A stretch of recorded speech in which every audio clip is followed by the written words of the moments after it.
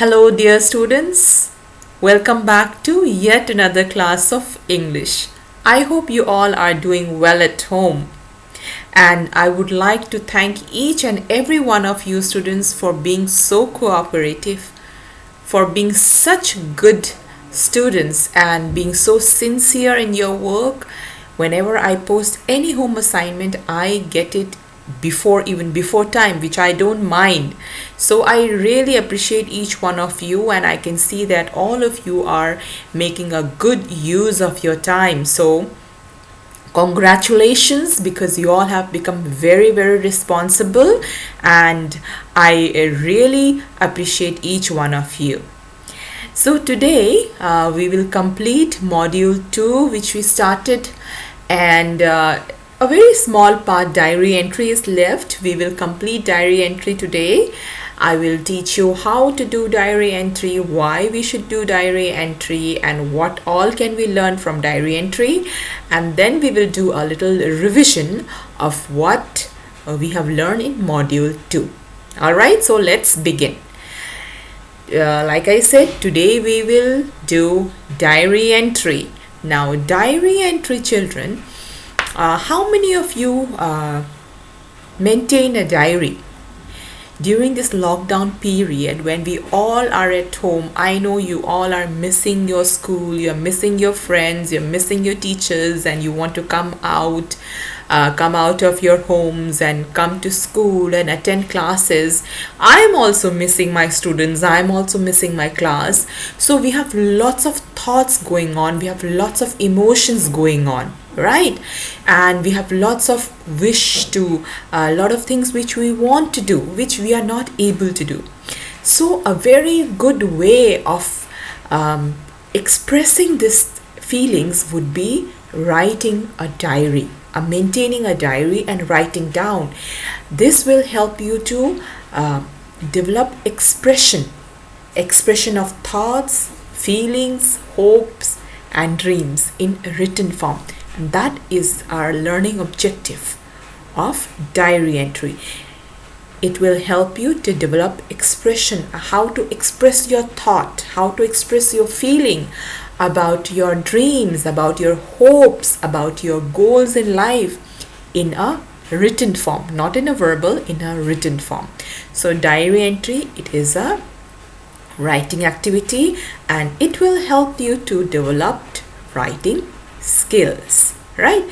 So I would suggest, it has been almost how many? We started online classes on the 16th of April, so it's more than a month that we are having online classes. I wonder how many of you are writing it down, because it will be a wonderful idea if you write diary, do diary entry, and once the school opens, you share your entries you share your whatever you've written in diaries, you share it with your classmates. That would be a wonderful idea.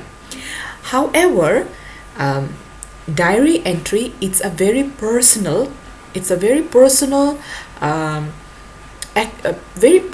is written for a personal purpose. Okay, it is not, diary entry is not supposed to be made public. Okay, it is supposed to be a very personal thing, a very personal activity. You write it for yourself. Okay, but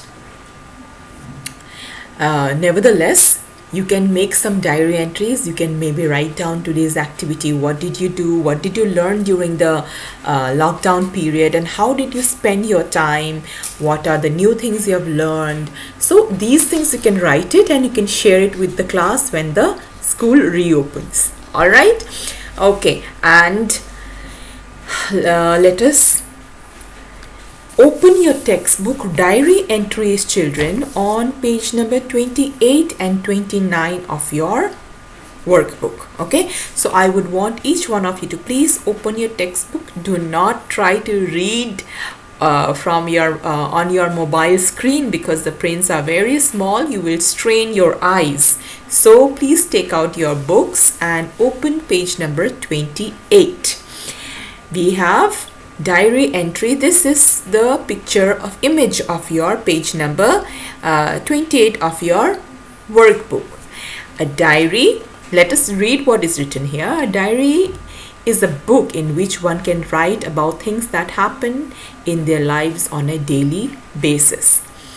One shares their thoughts, feelings, hopes and dreams in their diaries. Okay, so this is the format of a diary.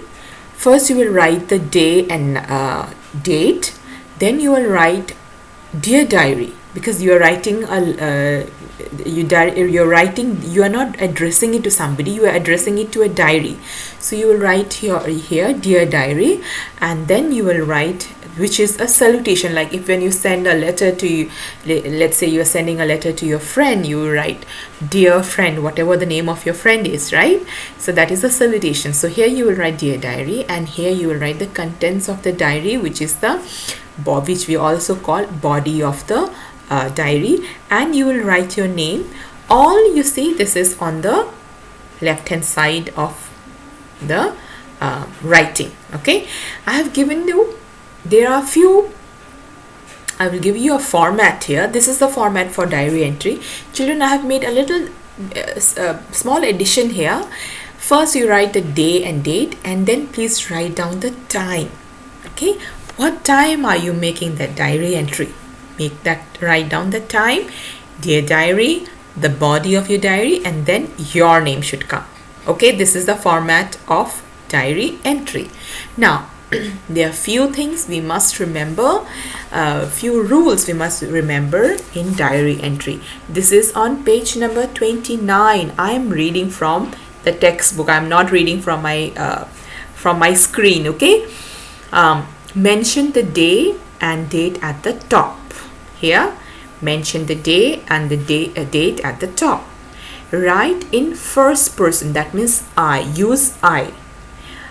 First person is always the person who speaks is the first person in English grammar. So always use I. Like today I went to visit my friend.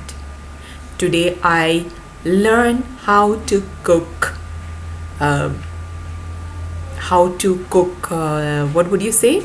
How to cook dal, right? A simple thing. So everything has to be right in first person. You have to write use I. Then start with dear diary. Write in the past tense. Whatever you do, write it in a past tense. Always the action should be in a past tense. Today I went to visit my friend.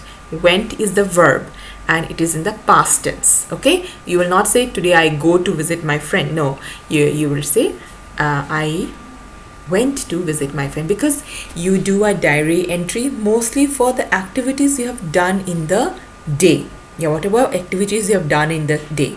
But if you write about your dreams for future, like you say I want to become a doctor, so you in that case you can write it I want to become a doctor in life and I will become. In that case you can use future future tense. All right, then use conversational or informal language. Use the informal language. Don't make it very formal language. Okay, use very informal language.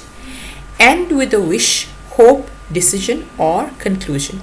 Okay, always end with a, when you write a diary, suppose you're writing about how did you spend your day, and there's one thing maybe you did not do. Maybe you wanted to exercise a little bit, which you could not do. So end of the day, you can at the end of your diary you say I could not exercise today, but I promise to maintain my routine from tomorrow. So that is a kind of a wish, hope, decision or a promise to yourself. So always end with a wish, hope, decision or a conclusion.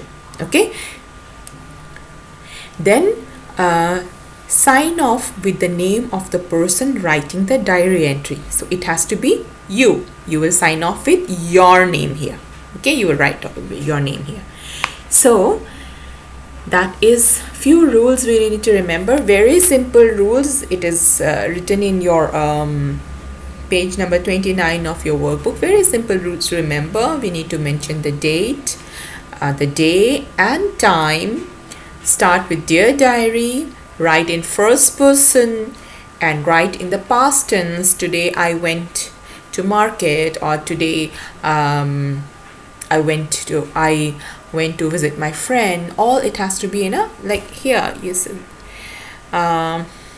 We will make a little. Yeah, see, my half-yearly exams are going on. I had my English exam today. Even though I studied, it's a past tense, quite hard for the exam, it did not go as well as I had hoped. Hoped is a past tense. So use a past tense of whatever activity you write in your diary, and you use a very informal language and end your diary with a wish, hope, decision or conclusion. Okay, and at the end write your name. Okay, now here there is one diary entry which you have to do. This is exercise 5. Write a diary entry about a play that you attended. The play was about spreading awareness on importance of education. Use the hints given below to help you write the diary entry. So there are some hints given here. So you have to write a diary entry about a play. A play means a drama. A drama or a play you attended. That means you went to watch a drama, and the play was about spreading awareness on importance of education. So you have to write a diary narrating narrating your the drama. What did you see? What did you understand? What did you learn? Like write what the play was about. So you will have to use these clues. These are few clues given, few hints given. Describe the event of the play. What happened? So this is all imaginary. Okay, it is all imaginary. Write about how it affected you and when and what you thought about it. How it affected you. What did you think about it? So you use your imagination. Pretend that you went to see a drama, see a play which was about spreading awareness on the importance of education. So write what the play was about. The play was about, like you can say, today I went to, we can start with this. Dear diary, today I went to watch a play with my parents. The play was the play was about spreading awareness on the importance of education. Okay, so in this way you add little detail, like where did you go, how did you go. So you can add a little detail to it. Write about how it affected you and what you thought about it. You say that how did you feel, was it impressive, did you find it boring, or did you like the play, did you find it educative, do you think that it is important, everybody should get education. So this is how what is your opinion, what do you think about the play? That is what you have to write here. And remember to follow the format of diary entry. Okay, so you need to do this, and you will do it on page number 30. On page number 30 you have a space provided to do the diary entry, and that is going to be your home assignment, which I would want all of you to submit it on Tuesday. That would be, I think, 26th, if I'm not wrong. On Tuesday I would want you all to post that homework. Okay, now let us do a little revision of what we have studied in this lesson. First, we started with prefix. We learned what is a prefix. Prefix are a group of letters which is added to the beginning of words in order to form new words, and usually the meaning of the words changes, and it changes in the opposite. It has an opposite meaning. Like happy, if you add un as a prefix, it will say unhappy, which is the opposite of happy. Possible, if you add im in the beginning of possible, it will become impossible, which is just the opposite of possible. So this is what prefix does. Then we learned about punctuations. Punctuations, we learn about full stop, comma, then question mark and exclamation mark, right? And we learned that full stop is placed at the end of a sentence or a statement, and it takes a that marks the end of a statement. And a comma is used to separate 3 or more words in a or items in a list, and for a shorter pause. Then question mark is to ask questions, and exclamation marks is to express emotions, excitement, happiness, right? Then we learn about acronym. MINT, MINTS, that is when to use capital letters. MINT is an acronym to use capital letter. M is we should always start the name of a month, name of a day with capital letter. The word I will always be capital letter. In diary entry, when you use I, it will be always capital letter. Then we use the name of the states, place, person, cities, mountains, all proper noun which start with a capital letter. And start of a sentence will always be a capital letter. Then we learn about punctuation, about single quotes and comma. Single quote, it is used to show the speech of the speaker. Like here, Seema has a book collection, said Rohan. So this was said by Rohan. That is why it goes in a single inverted comma. Nana replied, that's interesting. So this is what Nana said. So that is why this is Nana's speech. That is why it is in a single inverted comma. And comma is used, here you see comma, it is used to separate the speech of the speaker with the remaining sentence. Okay. Then we learned colon. What is a colon? Colon is used to introduce words on list. Okay. And it is also used to separate hours and numbers in ratios. We have done some exercise on this. Then we have learned apostrophe for possession. Apostrophe is used to belonging or possession. Okay, that is that is why apostrophe is used, that something belongs to someone. Okay, then we learn about 4 rules. If the noun is singular, add apostrophe plus s at the end. Okay, and if the noun is plural, then also add apostrophe and s at the end. If the noun is singular and ends with s, you still add apostrophe and s, like bus is bus apostrophe s, but the bus's wheel. And if the noun is plural and ends in s, we just add apostrophe, we do not add s, like here in the boys team. Okay, this is apostrophe. Now we also learned the difference between plurals, possessive and contraction. Plural is a form that shows there is more than one of something, more than one candy, more than one book, there where we add s. Possessive noun or pronoun says who or what owns or has something. It shows possessive, what do you say? Sorry, belonging. Okay, and contraction, it is a combination of 2 words in which few letters from one of the word is replaced by apostrophe. So contraction, it is a combination of two words, like weren't you given any candy? That means weren't you given any candy? Here apostrophe, this is a contraction used. Here a contraction is used. Here weren't means were not you given any candy. So there is a combination of two words, were, W-E-R-E, not, N-O-T, were not you given any candy. So contraction is always, remember, combination of 2 words. Okay, and we also learned message writing. This was yesterday's class. We have learned message writing, how to do a message writing. There's a format given. I gave you the format yesterday. And there are few things we need to remember about message writing is that we have make it short and crisp. Don't make it very lengthy, and write the most important details.